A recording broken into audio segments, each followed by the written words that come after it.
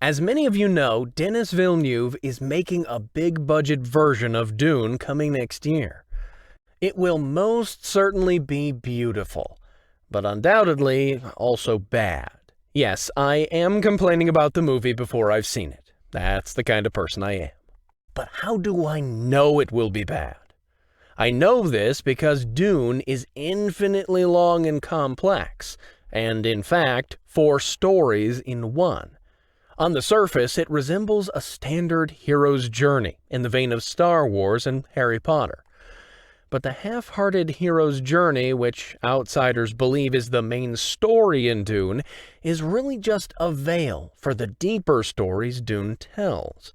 The really exciting storylines are the priestess's attempt to create a superhuman, the natives' attempt to understand the mysteries of their home planet, and finally, the protagonist's realization that his existence is planned by the priestesses with the aim of political gain. None of this can be explored in depth in a movie that will last a maximum of 3 hours. The best thing we can hope for is a nice movie that tells a mediocre hero's journey in a fascinating universe. But do you know what would be cool?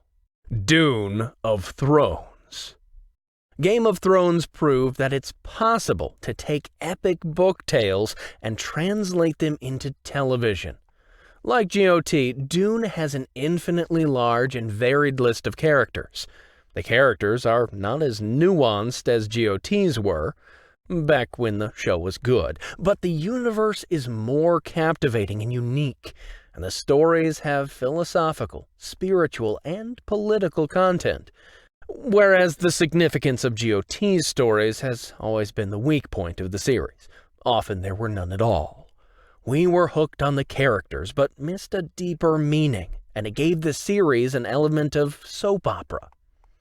There's also another thing that Dune does better than GOT, and that's world building.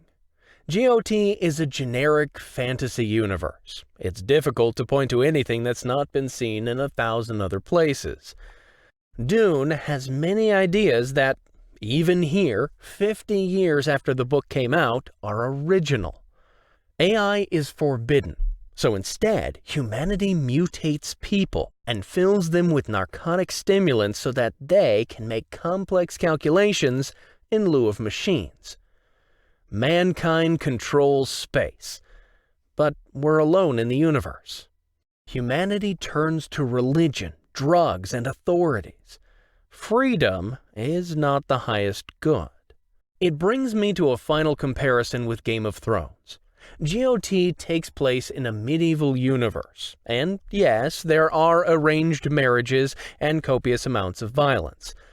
But if you think about it, the overlook of the show is fundamentally modernist. The human soul mastered itself, and the people were rational, fixated on the body and aesthetic in a way that humans have only ever been in Western modernity. Yes, the show is fundamentally an anachronism, a mirror of contemporaneous values, and that makes it more superficial than it could have been. Game of Thrones is about swords and dragons, and Sex and the City is about men and shoes. But the basic outlook is the same. Here it is different with Dune. Dune is gothic, conservative, and spiritual. There's a tragic element in the human condition, a darkness at the bottom of the human soul that human beings do not understand. People achieve their goals, but it doesn't make them happy the way they thought it would. Man struggles with the lower parts of his nature. We're ashamed of it. Well, simultaneously, it spurs us to activity. We act in uncertainty because life itself is tainted with a despair that cannot be cured materially or politically, even though we believe it can.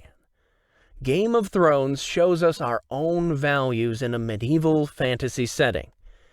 But Dune can teach us something about the aspects of human nature that we've lost contact with in modernity.